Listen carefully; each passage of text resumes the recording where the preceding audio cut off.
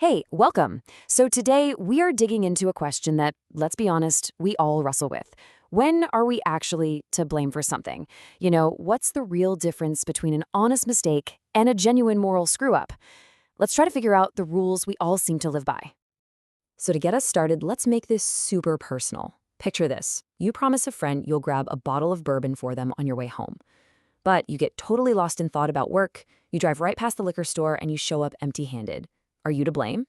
I mean, it kind of feels like you are, right? But the why? Well, that turns out to be surprisingly complicated.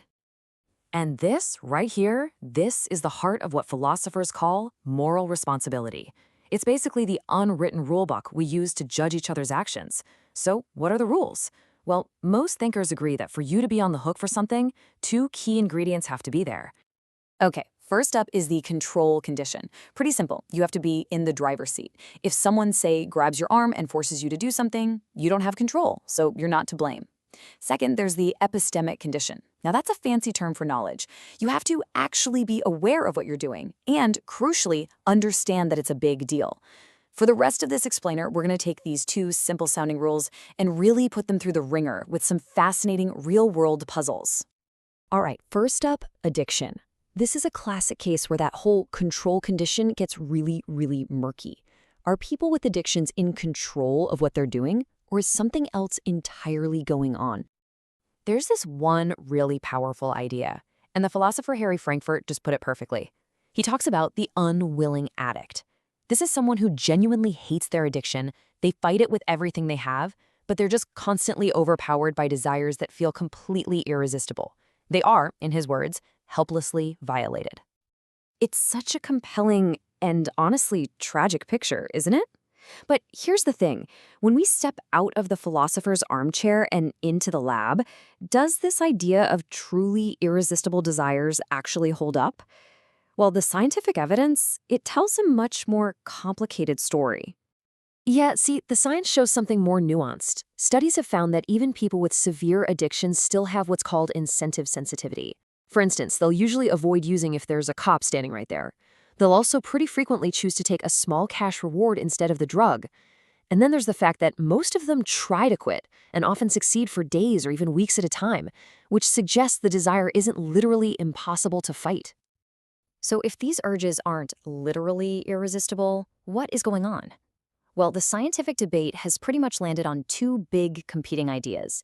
You've got the hard-to-resist view, which says, okay, the desires aren't impossible to control, but they are uniquely incredibly difficult, maybe because of distorted thoughts about how to cope with life. But then, on the complete other end, you have the purpose of choice view. This one argues there's no impaired control at all, that drug use is a rational, chosen act. The science is still figuring this out, and where it lands is going to have huge implications for how we think about blame. Okay, so that's the whole messy world of control. But what about that second condition, knowledge? I mean, acting out of ignorance feels like a pretty good excuse, right? If you didn't know you were doing something wrong, how can anyone blame you? But here's the twist. What if you're to blame for being ignorant in the first place? This brings us to a really important two-step process. First, we ask, did the person do the thing because they were ignorant? That's pretty straightforward. But step two is where it gets really interesting. Were they to blame for that ignorance? Did they fail to do their homework when they really should have? This is the whole idea of culpable ignorance, and it gets super tricky, especially when we start talking about entire cultures. Let's look at a tough historical example: ancient Greek slave owners. On one side, you have thinkers like Michael Sloat. He argues that when something horrible like slavery is just universal in a society, it can become literally impossible for people to even imagine things could be different. But Michelle Moody Adams pushes back hard. She says people often engage in what she calls affected ignorance. They choose not to question their society's norms because it's just easier that way. So, in her view, culture becomes an excuse, not a real barrier to knowing what's right. And this debate is so relevant today, especially when you think about modern bad beliefs like climate change denial or vaccine skepticism. A philosopher named Neil Levy makes this really compelling case that maybe the individuals aren't to blame. He points out that, look, none of us can be an expert on everything. It's actually a pretty rational strategy to just trust your community. So he says if your community's information is polluted, your bad belief isn't really a personal failure. It's just a result of the environment you're in. But here's the counterpunch. what if these things aren't really beliefs about what's true at all? What if they're more like cultural badges? In this view, saying you believe something isn't about facts, it's about showing everyone which tribe you belong to. And if that's the case, then we're not talking about an excusable mistake anymore. We're talking about a deliberate social choice.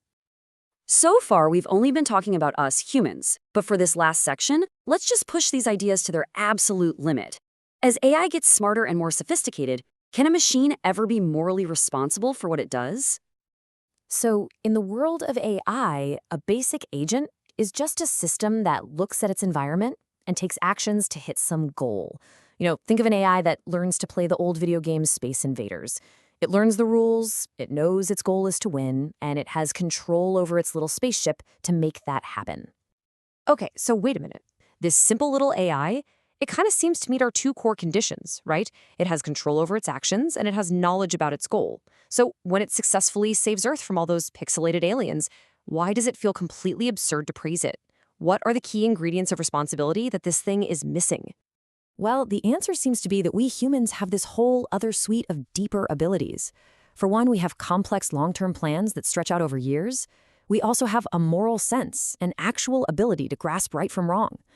Then there's consciousness, which lets our actions reflect our entire point of view, not just some narrow little program.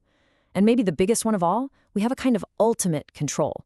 We can think about our deepest goals and even change them. An AI that's just been programmed can't do that.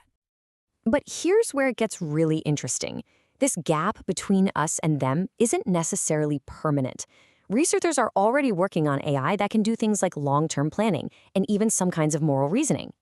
And in certain areas, like just raw information processing, they're probably going to blow right past us pretty soon.